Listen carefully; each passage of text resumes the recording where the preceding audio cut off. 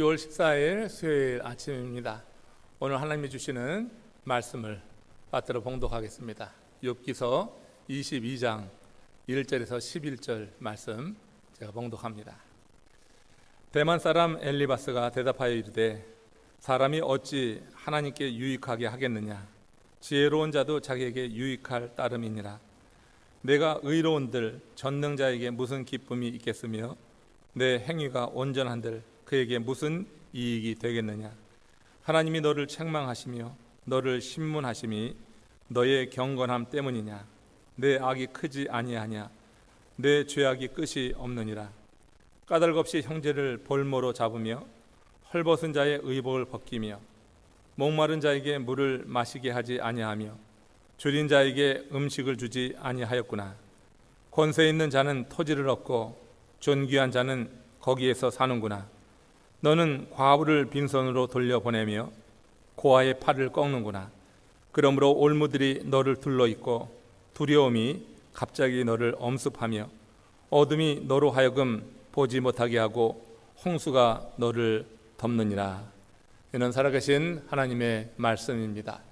오늘 이 말씀을 중심으로 오늘 하나님이 우리에게 주시는 교훈을 들으며 이 하루를 열어가기를 원합니다.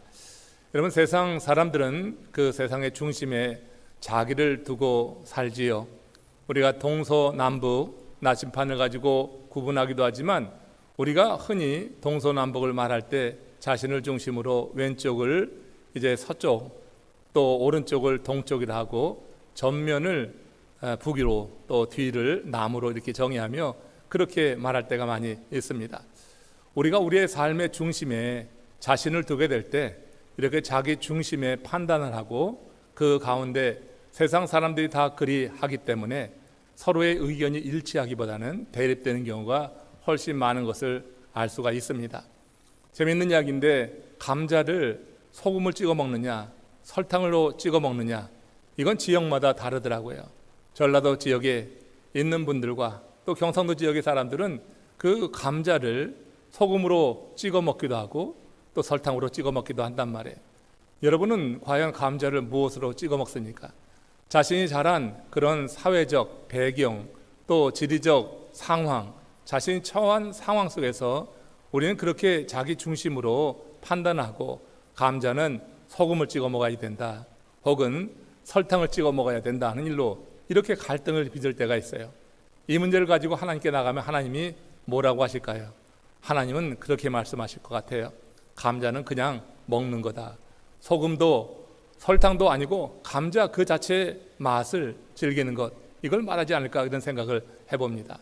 우리가 모든 삶의 판단의 기준에 자아를 두고 그리고 자기 중심의 그런 생각을 갖고 살 때 옳고 그름과 진리와 비진리 그렇게 우리 자신의 생각을 가지고 판단하면서 그렇게 대립할 때가 있다고 하는 거죠. 우리가 엘리바스, 빌닷, 소발과 욥의 대화를 보면서 그들의 대립된 그 모습 속에서 우리는 그런 생각을 하는 것입니다.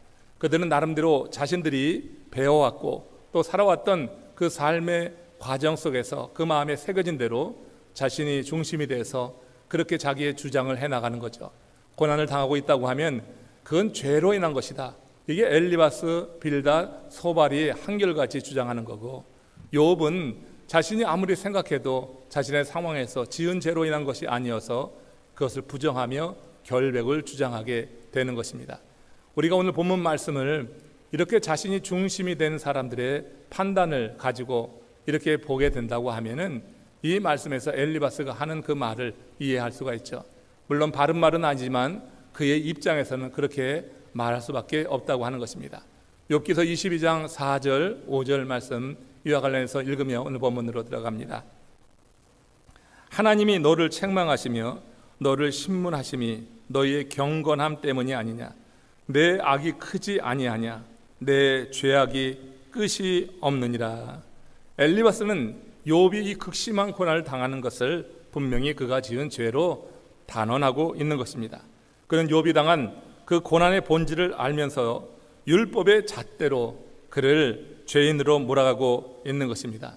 그 본질을 알지 못하는 상태에서 율법을 가지고 그리고 자신이 이제 살아왔던 삶의 규범을 가지고 그렇게 규정을 하는데 사실 이 엘리바스는 욥을 신랄하게 비난하고 있지만 사실에 기초한 것이 아니라 그의 편견에 의한 것이라고 하는 것을 알 수가 있습니다.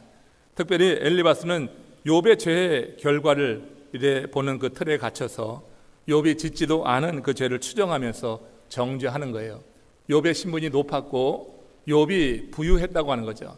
그런데 그 당시 사회상이 어땠냐면 지위가 있고 권력이 있는 사람들이 어려운 사람들을 박탈하고 또 그들에게 갈취하는 이런 일들이 있었다고 하는 거죠. 그러므로 욥이 행한 어떤 사실에 기초한 것이 아니라 욥이 그들과 같이 부유하고 권세가 있었다고 해서 그들이 지은 죄로 욥을 정죄하는 것을 우리가 알 수가 있습니다. 이 엘리바스가 이제 지적하는 그 부유한 자, 권세 있는 자들의 죄가 무엇인가? 오늘 본문 욥기 22장 6절에서 7절 그리고 9절 말씀을 읽어보시면 그 당시 그 사회상을 보여주는 것을 알게 됩니다. 함께 같이 읽겠습니다. 까닭 없이 형제를 볼모로 잡으며 헐벗은 자의 의복을 벗기며 목마른 자에게 물을 마시게 하지 아니하며 줄인 자에게 음식을 주지 아니하였구나. 9절 말씀 이어서 읽습니다. 너는 과부를 빈손으로 돌려보내며 고아의 팔을 꺾는구나. 이렇게 욥의 친구는 이 엘리바스는 이렇게 욥이 당하고 있는 그런 고난에 대해서 그것을 죄로 보며 욥을 악인으로 몰아가고 있는 것입니다.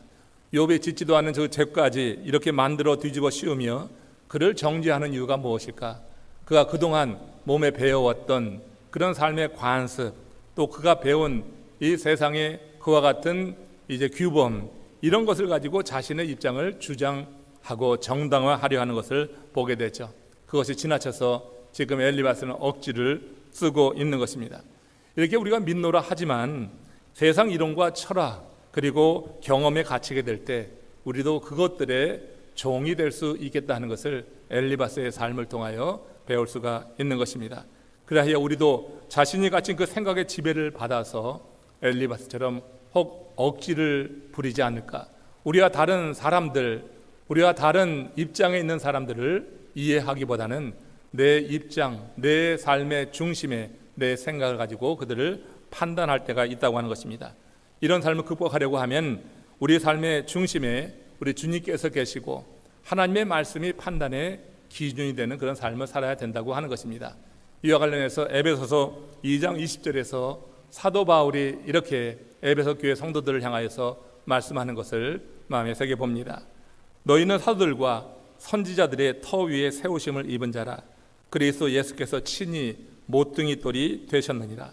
지금 바울이 전하는 이 말씀은 에베소 교회가 사도들과 선지자들이 전한 그 말씀 위에 세워졌다고 하는 것이죠. 선지자들이 전한 메시아, 사도들이 전한 예수 그리스도가 그 교회의 기초가 된다고 하는 거예요. 이 얘기는 어떤 의미냐면 그들이 전한 말씀, 그리고 신약적 용어로는 복음, 이것이 교회의 기초가 돼야 된다고 하는 것입니다. 그러므로 교회의 일원이 된 우리들이 하나님의 말씀을 모든 삶의 기준으로 삼고 살아가야 되지 않느냐. 이것이 바울이 에베소 교회에 전하는 메시지고 오늘 이 시대에 우리들에게 주시는 하나님의 말씀이라고 믿습니다. 성경에서 하나님의 말씀을 기준으로 삼을 때 인생의 문제가 풀려지고 갈등이 해결되어지고 곤란한 상황에서 벗어날 수 있다고 하는 한 예가 있어서 여러분들과 함께 나누며 말씀을 한번 마무리해보자 합니다. 요한복음 11장 6절에서 8절 말씀입니다. 자, 이 말씀 우리 같이 먼저 합독합니다. 나사로가 병들었다 함을 들으시고 그 계시던 곳에 이틀을 더 유하시고 그 후에 제자들에게 이르시되 유대로 다시 가자 하시니 제자들이 말하되 랍비여 방금도 유대인들이 돌로 치려 하였는데 또 그리로 가시려 하나이까. 여러분 이 말씀을 기억하십니까? 예수님께서 저 마리아 마르다의 오라버니 나사로가 병들어 죽게 됐다고 하는 소식을 듣게 되었을 때 그때 이루신 일이 이루어지기 전에 그 배경을 말씀하고 있습니다. 지금 이 본문에서는 예수님께 유대로 가자고 하는 사람이 있고 또 유대로 가서는 되지 않는다고 하는 그런 제자들의 주장이 대립되어 있습니다. 유대로 가자고 하는 그들은 나사로가 병들었으니 예수님께 가셔서 손을 얹어서 그를 치유해 달라고 하는 그런 마리아 마르다의 간절한 소원이 있는 것이죠. 그러나 유대로 가서는 되지 않는다고 하는 제자들의 주장은 뭡니까? 좀 전에도 우리가 유대인들에 의해서 돌팔매질 당할 뻔했는데 그리로 가면 우리가 죽게 될 것입니다 하는 겁니다.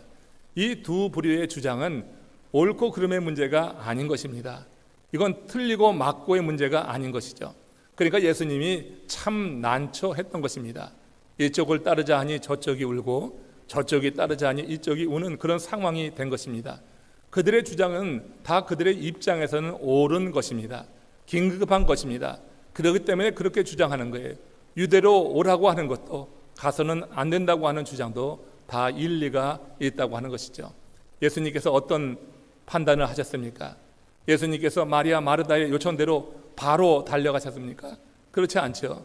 오늘 본문에 보니까 이틀을 더 유하셨다고 했어요.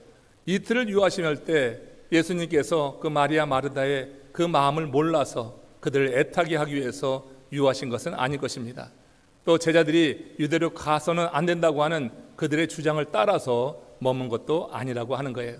예수님은 그 시간에 이 난처한 상황을 해결할 수 있는 방법으로 하나님의 말씀을 듣고자 했던 것이 확실합니다.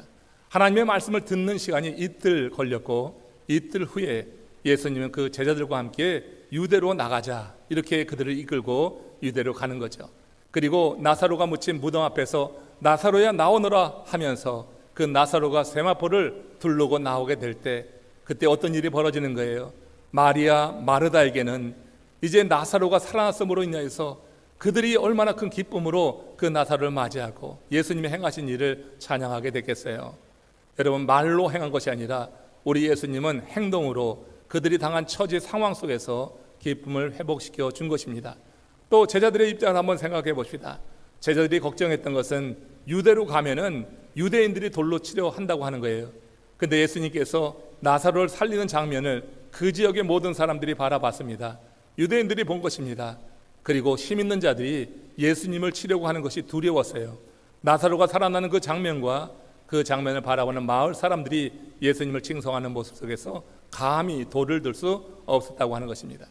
예수님께서 판단의 기준을 하나님의 말씀에 두었을 때, 그래서 유대로 바로 가지 않고 이틀을 유하며 그것을 하나님과 대화하고 하나님의 말씀을 듣고 그 말씀을 삶의 기준으로 삼았을 때 결국 양측의 입장을 다 만족시키는 그런 결과를 갖춘 것이 아닌가 그렇게 생각해 봅니다.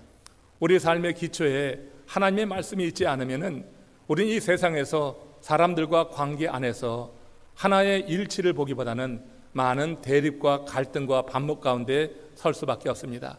하나님의 교회인 우리 몸된 교회 안에서 이 성전 안에서 성도들이 일치된 삶을 살아가는 것, 하나의 마음을 가지고 하나님의 아름다운 성전을 일궈가는 것, 이것도 마찬가지입니다. 교회 안에서 일어나는 모든 일의 판단의 기준과 우리가 겪는 모든 일의 기준을 하나님의 말씀으로 삼으면 그 안에 갈등은 사라지고 하나님이 영이 역사하면서 우리 모두를 이 몸, 그리스도의 몸에 붙어있는 지체로서 서로 연합하게 하고 또 하나님의 뜻을 이루어내며 하나님께서 기뻐하시는 일을 이루어내는 공동체로 이루어 가실 줄로 믿습니다. 엘리바스, 욥 아직까지 계속 평행선을 달리고 있습니다. 여전히 그들은 자기의 주장을 굽히지 않습니다. 엘리바스는 욥의 고난이 죄로 말미암은 것이다. 그러나 같은 고난을 보는 욥의 입장은 다른 거예요. 욥은 죄로 인한 것이 아닌데 그럼 과연 무엇으로 말미암은 것인가? 그것을 하나님께 물으면서 그 엘리바스와 대립 가운데 있는 것을 봅니다.